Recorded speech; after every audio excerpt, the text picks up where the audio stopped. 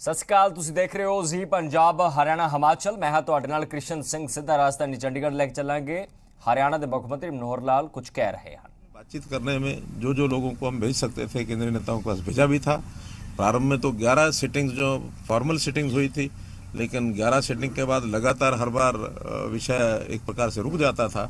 बाद में informal meetings में कई लोगों के संदेश हमने पहुंचाए हैं। मैं समझता हूं उसी में से एक विषय निकला है कि अभी एक बार जो कि जितना गतिरोध हो गया है उस गतिरोध को दूर करने के लिए शायद प्रधानमंत्री जी ने सोचा होगा कि यही उसमें से एक रास्ता निकलेगा, और चूंकि कोई बात और किसान नेता इससे ज़्यादा सुनने के लिए तैयार नहीं है, तो उन्होंने बड़ा मन दिखा करके, और जैसे लोकतंत्र में होता है कि जनता की बात को ज़रूर ध्यान में रखते हुए निर्णय लिए जाते हैं। हालांकि निर्णय लेने का अधिकार भी संसद को है, तो प्रधानमंत्री जी के नेता हैं, तो नेता के नाते उन्होंने कहा है, तो निश्चित रूप से संसद में 29 तारीख को जैसे लोकसभा का सेशन होगा तुरंत उसमें इसको निर्णय को स्वीकार सीधी प्रतिक्रिया अभी तक इस पर नहीं थी। उन्होंने कहा कि कल वो बैठक करके अपना फैसला देंगे। वही राकेश की किसान नेता का कहना है कि जब तक कानून वापस नहीं होते संसद में तब तक हम।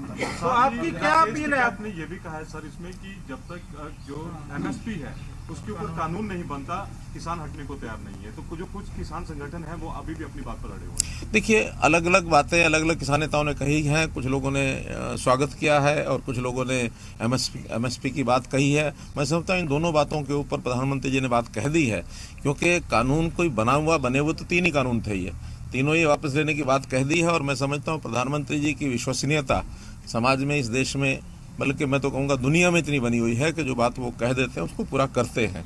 इस पर तो कोई चिंता किसान नेताओं को करनी नहीं चाहिए कि एक बार जब कह दिया है तो निश्चित रूप से यानी होगा ही। बल्कि अपने विपक्ष के नेताओं ने भी ये कहा है। अभी मैं हुड्डा जी के स्टेटमेंट सुन रहा था तो उन्होंने भी कहा है कि जब प्रधानमंत्री ने कहा है तो लोकतंत्र में विश्वास ही करना चाहिए, विश्वास करेंगे और उसको वापस करेंगे। अविश्वास की कोई बात नहीं है। आज भी अगर अविश्वास की भावना प्रधानमंत्री जी के बारे में कोई रखते हैं तो मैं समझता हूँ ये बड़ी भूल है, नहीं करनी चाहिए। देखिए, ये पॉलिटिकल इस तरीके से नहीं सोचना चाहिए।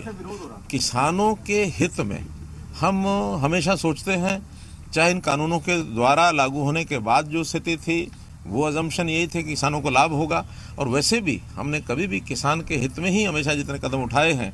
आप हरियाणा में देख लीजिए, हम लोगों ने पानी है वो टिल तक पहुंचाया है। प्रोक्योरमेंट भी जो है वो ज़्यादातर फसलों की प्रोक्योरमेंट हम करते हैं। जो हरजाना है, जो मानो हरजाना क्या, जो उनका नुकसान होता है, मुआवजा है, उस मुआवजे को भी हमने सारे देश में सबसे ज़्यादा यहाँ रखा हुआ है। पहले ये 12,000 रुपये एकड़ था, हमने उसको 15,000 रुपये एकड़ कर दिया है, 10 का 12.5 कर दिया है। और भी जितनी सुविधाएं किसानों को हम दे सकते हैं, चाहे वो भूमि, ये जो सॉयल परीक्षण के जो कार्ड्स थे वो हमने बनाए हैं, लैब्स बनाई हैं। हर एक मंडी में अब वहाँ लैब बनेंगी, स्कूल कॉलेजेस में हमने लैब बना दी है, ताकि सॉयल टेस्टिंग का जो सिस्टम है उसके आधार पर सॉयल की जो क्वालिटी है उसको देख करके किसान को बताया जाए क्या बुआई करनी क्या नहीं। सेम की जो ज़मीन है उसको हम 1 लाख एकड़ उसको ठीक करने की और आगे बढ़ रहे हैं। और किसान का, जैसे प्रधानमंत्री जी ने शुरू किया था किसान मान सम्मान निधि, तो वो सम्मान निधि के अंतर्गत 6,000 रुपया हर किसान को हर वर्ष आता है। तो बहुत से ऐसे पग हैं जो गिनाए जा सकते हैं जो पहले कभी नहीं उठाए गए। आज भी आगे हम छोटा किसान जो है, जिसकी आय बहुत कम है, ज़मीन कम है, ऐसे किसान के परिवारों को किसी न किसी को रोज़गार, यानी कृषि के अलावा रोज़गार भी दिलाने का ये हम प्रयत्न कर रहे हैं। जैसे हमने हरियाणा में ही मुख्यमंत्री अंत्योदय परिवार उत्थान योजना ये चलाई है, इसमें 1 लाख परिवारों को, उसमें मैं समझता हूँ किसान भी होंगे, मजदूर भी होंगे, सभी होंगे, तो ऐसे परिवारों को रोज़गार दिलाने की हमारी मुहिम चल रही है। आज भी उसके लेकर के मेरी बैंक्स के साथ मीटिंग है, जो हमारी स्टेट लेवल बैंकिंग कमेटी है, ताकि उनको ऋण मिल सके, उनको रोज़गार करने के लिए काम हो सके।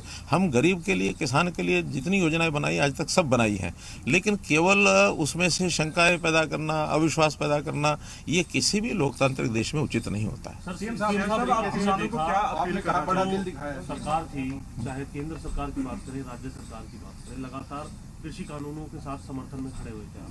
अभय चौटाला ये भी कह रहे हैं कि एक प्रस्ताव हरियाणा विधानसभा में आप लेकर के आए थे, उसे भी वापस कराएंगे, जो कि इनके समर्थन में था। एकाएक ऐसा क्या हुआ कि प्रधानमंत्री सामने आए और वापस ले दिया? पूरी सरकार के जो स्टैंड थे, देखिए, ये पिछले बहुत समय से चीज़ें चल रही थी, कहीं ना कहीं कोई ना कोई स्टेप आगे आएगा। और आखिर तो समस्या कोई भी जब होती है उसके समाधान के लिए लोकतंत्र में तरीके होते हैं। उस तरीके में बातचीत का एक तरीका होता है। बातचीत शुरू में फेल हो गई, बाद में फिर लगातार दोनों तरफ से चीज़ें अड़ी रही। अंतोगत्वा पिछले लगभग 2 महीने से मैं कह सकता हूँ कि हमारे गृह मंत्री जी ने भी और प्रधानमंत्री जी ने भी ये संकेत किया कि समय आने पर सब चीज़ें ठीक हो जाएंगी। अब ये उनका अपना विषय है कि उन्होंने किस दिन उसकी घोषणा करनी और क्या करनी है, जो कि मुखिया वो हैं और केंद्र सरकार के कानून हैं, अधिकार भी उनको है। लेकिन हमने प्रयत्न सब किए और उस प्रयत्नों में से आज ये इस लेवल पर चीज़ पहुंची है। अभी भी कोई बातें अगर बची हैं तो उसको भी बैठ करके आगे, पंजाब के चुनाव से जोड़ के भी देख रहे हैं। ऐसा नहीं है। लोकतंत्र में चुनाव तो हर समय आता है। यानी इससे पहले आप कहेंगे कि पहले कर लेते तो फिर इलाहाबाद के चुनाव की बात होती, उससे पहले कर लेते तो असम के चुनाव है, उसकी चुनाव तो देश में हर साल कोई दो चार प्रांतों के रहते ही हैं। 37 प्रांत यानी हमारे 29 प्रांत हैं, तो 29 प्रांत में अगर 5 साल में तो ऑन एवरेज 5 प्रांत बैठ जाते हैं, 6 प्रांत बैठ जाते हैं। तो इसलिए ये चुनाव तो कभी ना कभी कोई ना कोई आते रहते हैं। साहब, आपने कहा बड़ा दिल दिखाया पीएम मोदी ने और उन्होंने ये भी कहा कि कहीं ना कहीं वो समझाने में विफल रहे और इसके लिए माफी भी मांगी है। इस दौरान किसानों की मौत हुई 800 के करीब, हरियाणा के भी कुछ हैं, उनके लिए हरियाणा सरकार किसी तरीके का कोई विचार करेगी? देखिए, वो किस कारण से उनकी मृत्यु हुई है उन कारणों को आधार मान करके और उसका विचार किया जाएगा।